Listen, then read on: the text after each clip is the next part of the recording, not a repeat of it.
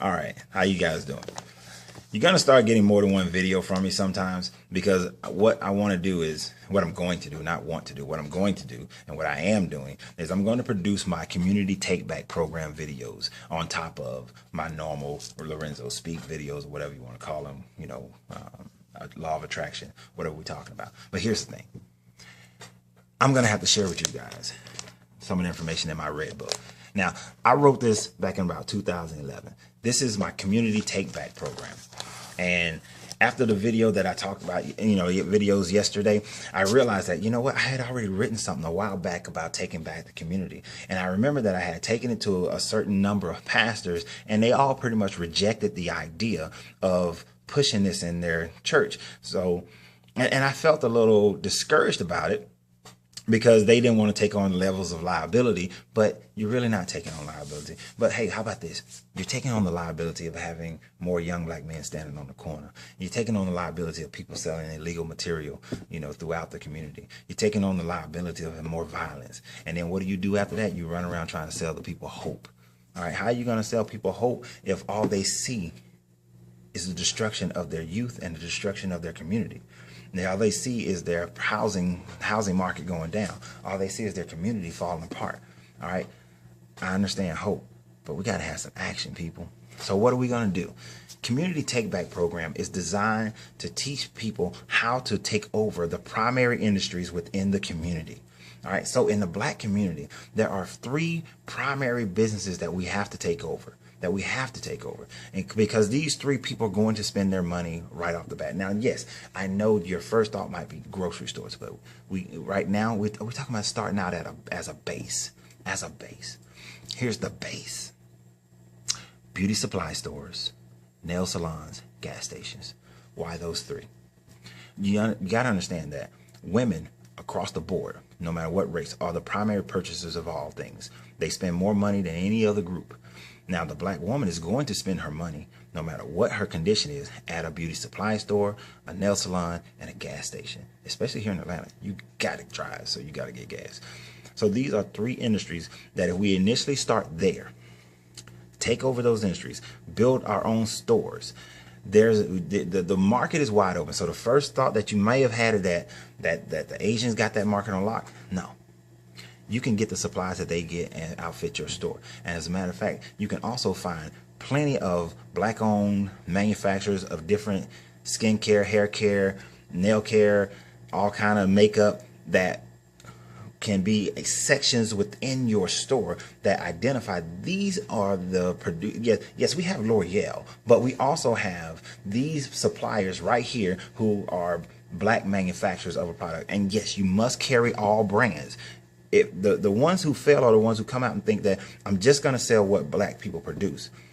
You first got to get the people in the store, see all the products that they normally buy, educate them over into the ones that are manufactured, produced, or distributed, or labeled, or have something to do with a black firm. You move them over to those products, and then they start to and create that brand first. You got to understand, the sheep out there. And yeah, I'm talking about our own people, because everybody has people that are sheep. The mass majority of people are sheep, and those sheep, they gotta move gradually to the food and water that you give them, meaning that they are brand oriented, they are glitz and glam oriented. Okay, so until a brand establishes itself, then the mass of people are going to move slowly. Later we'll talk about this curve and the tipping points, and that innovators and those kind of people, and then the early majority. We can get into those things, but right now we'll stick to the basic. And the basic is this: with my community take back program, over the next few weeks, all right, we're going to start talking about building business plans to do this. Now, I had this idea, I had this thought process back in 2011, and even though I do enjoy and I don't regret getting into the popcorn industry, a part of me does say that I could have gotten into the beauty supply industry then and started proving my point. All right, I'm still going to do it. I'll build the popcorn company, but at the same time, I'm going to build this beauty supply store. And I'm telling you, it's going to be nice. because the business plan that I'm going to share with you guys, I haven't written a business plan out yet, but the plan I'm going to share with you guys is going to allow you to do the same thing in whatever community you're in. And that's how it works. It's not about me doing it and me just doing it by myself and building an empire beauty supply store. It's about me doing it, you doing it, we all doing it, and building beauty supply stores, building nail salons, building, taking over, building gas stations and service stations within our community, because Quick Trip is taking over. Racetrack is taking over. The types that they're building right now. And there's nothing saying that we can't build it ourselves and catch up and then overtake. And that's the process. Now, I know some people are thinking, oh, we need to take over the restaurant industry. We need to take over the grocery store industry. And yes, all these industries do need, we can follow suit with those as well. And we can do it through franchising, and we can do it through creation of our own brands. But either way, we need to do it where that money is circulating within our community. It doesn't matter if it's a franchise or not. See, we can't be so Afrocentric that we forget the primary goal, and that's rotating the money in. If you own, there's two black families close to me, the two Chick-fil-A's basically in my area where my store is, they're owned by black families. I'll support that because they're owned by black families. They're licensed by these black families, and these black families support the neighborhoods. They hire other black children, young people and adults who work in this community, live in this community. So so I don't mind circulating my money with them. And yes, get over the idea that family may have a big house. I don't know if they do, but if they do, that's awesome. That's good. That's great. But what they have stuck their neck out there to do, and what they're doing is they're providing jobs and education and opportunity and work ethics within the community. They got kids off the street. That's what they're doing. So I don't care that if a Chick-fil-A is owned by a black family. That's what matters. It's not like Hennessy.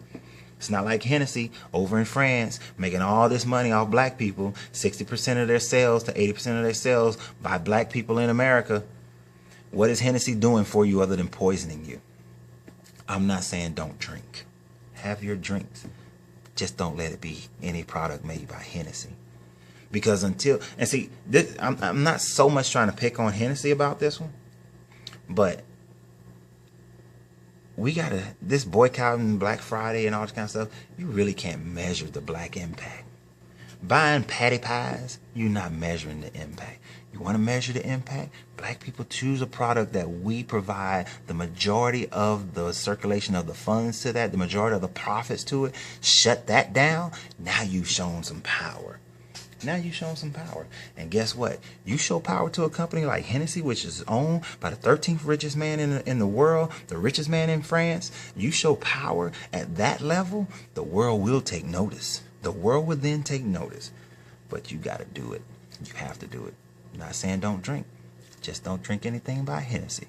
Now, we're going to continue with our community take back program. We're going to produce some more videos.